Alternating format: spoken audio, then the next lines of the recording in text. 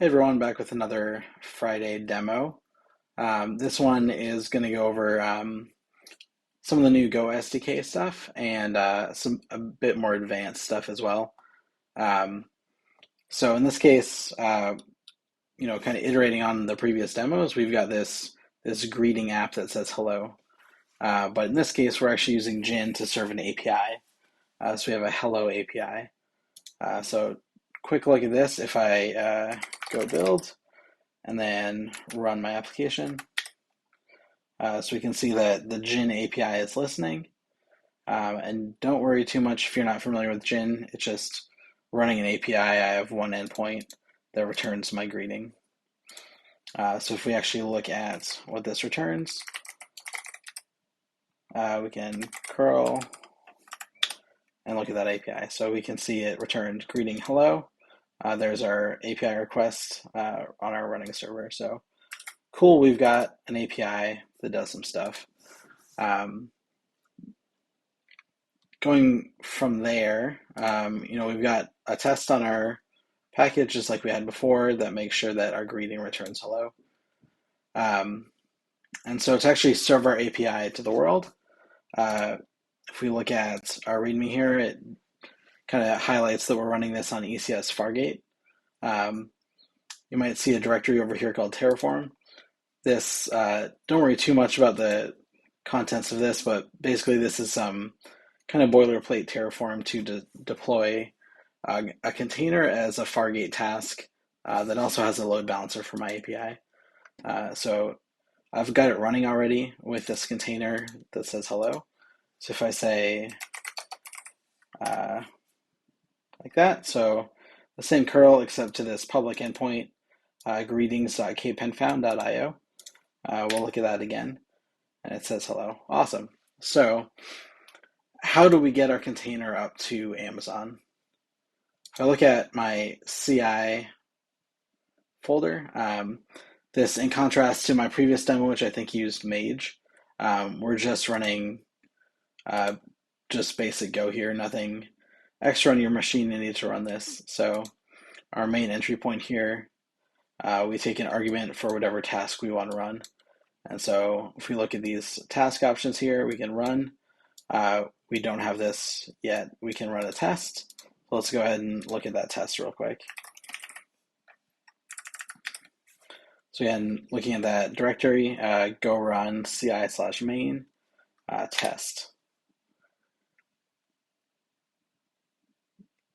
So this spins up Dagger,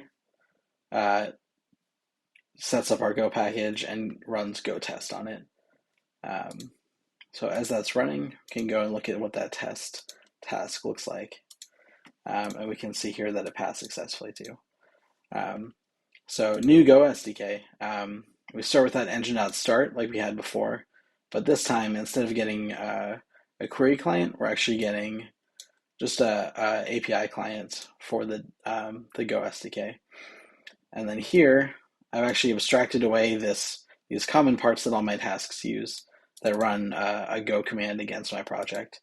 So first thing, we get this Go builder, we run Go test against it, and then we return the outputs. So if I go to this Go builder thing that we looked at, we take in that API, we take in our engine and the command we want to run. And then here's that new Go SDK, right? So we have the core, container, from, and if you look at the API schema, this actually maps one-to-one with the underlying API for Dagger. So we get that base, which is our Golang image, which I've defined here. We have a few things defined, right? We have a Golang image, Golang latest. We have a base image that we'll get to later, Alpine.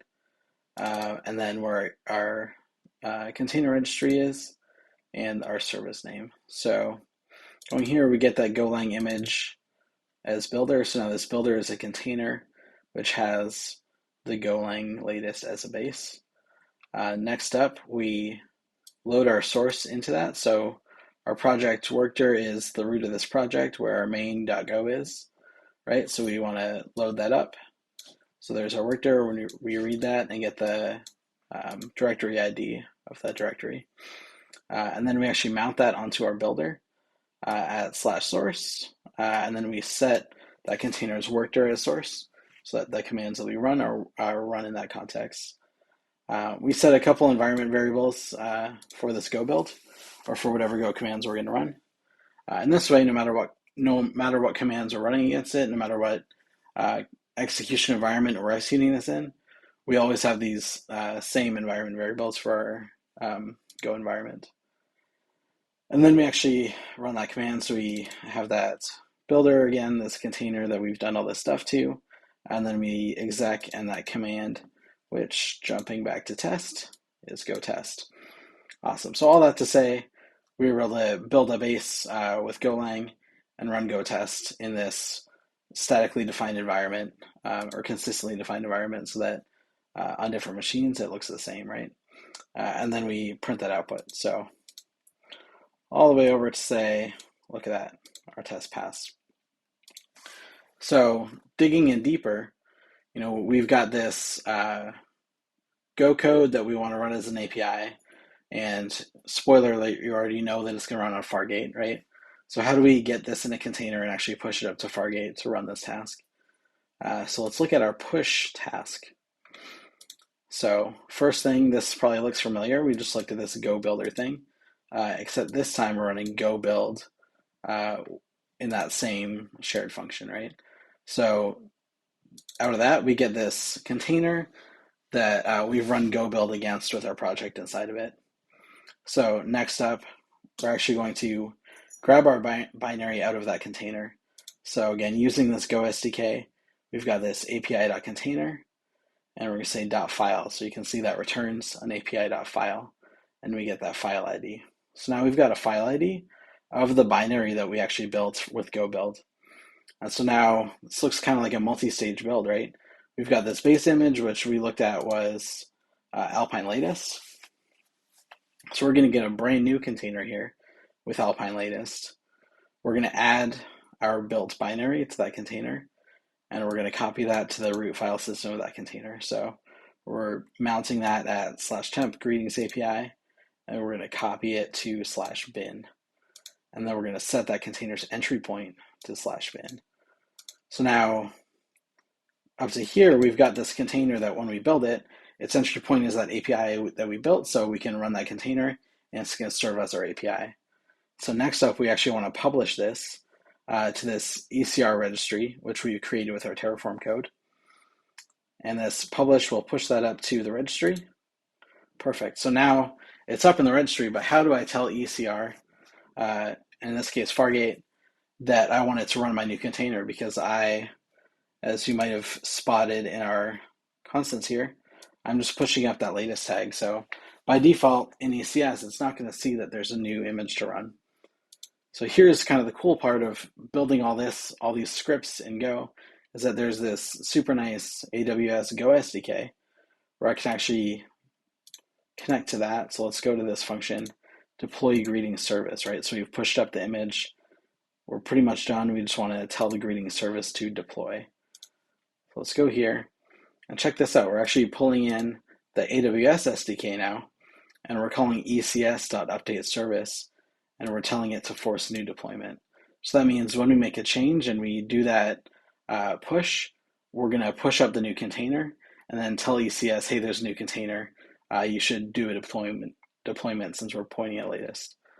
Awesome. So right now, again, we saw a bit further up here, we did that curl against that API, and we had hello. So let's change that. We'll say hola instead. So now, if I go ahead and say push, this will do my Go build like we saw. And then from that Go build, it's going to build that container with my binary in it, push it up to ECR, and then create that ECS deployment. And so that deployment request is not synchronous, right? So we've used the SDK to tell ECS, hey, you should create a deployment. Right now, as I'm speaking, that deployment is processing in the background, right? It's going to create a new task with my latest container. Once the task is up, it's going to destroy the old task. And then we're going to have our updated greeting. So let's try right now, see if it's ready yet.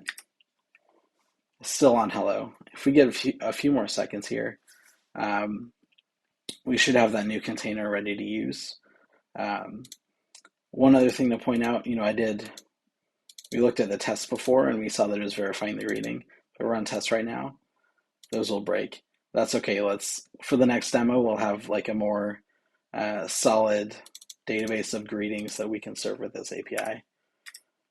So do it again. Oh, wow, look at that. So my API speaks Spanish now. It's got multi-language. Yeah, awesome. I will link the repo in the description. Check it out. Have a good weekend.